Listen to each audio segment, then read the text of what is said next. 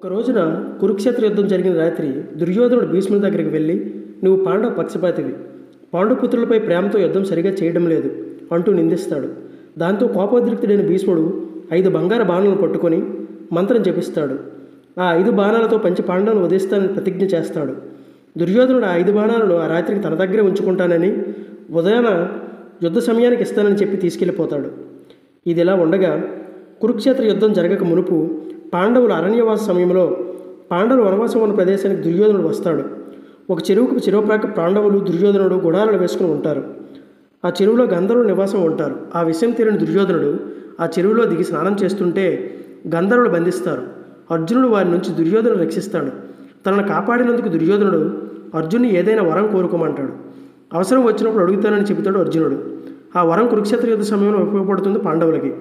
పాండవులను వధించే బాణాలు దుర్యోధన దగ్గర ఉండడం వల్ల శ్రీకృష్ణుడు అది గ్రహించి అర్జునుడు దుర్యోధన దగ్గరికి పంపుతాడు. అర్జునుడు దుర్యోధన దగ్గరికి వెళ్ళి, నువ్వు నాకు వరం ఇస్తానని మాట ఇచ్చావు కనుక నీ దగ్గర మంత్రించి ఉన్న 5 బాణాలు తనకిమ్మని కోరుతాడు. మాట తప్పడం క్షత్రియ ధర్మం కాదు కనుక చేసింది ఏమీ లేక ఆ మంత్రించిన బాణాలు అర్జునుడికి ఇచ్చివేస్తాడు దుర్యోధనుడు.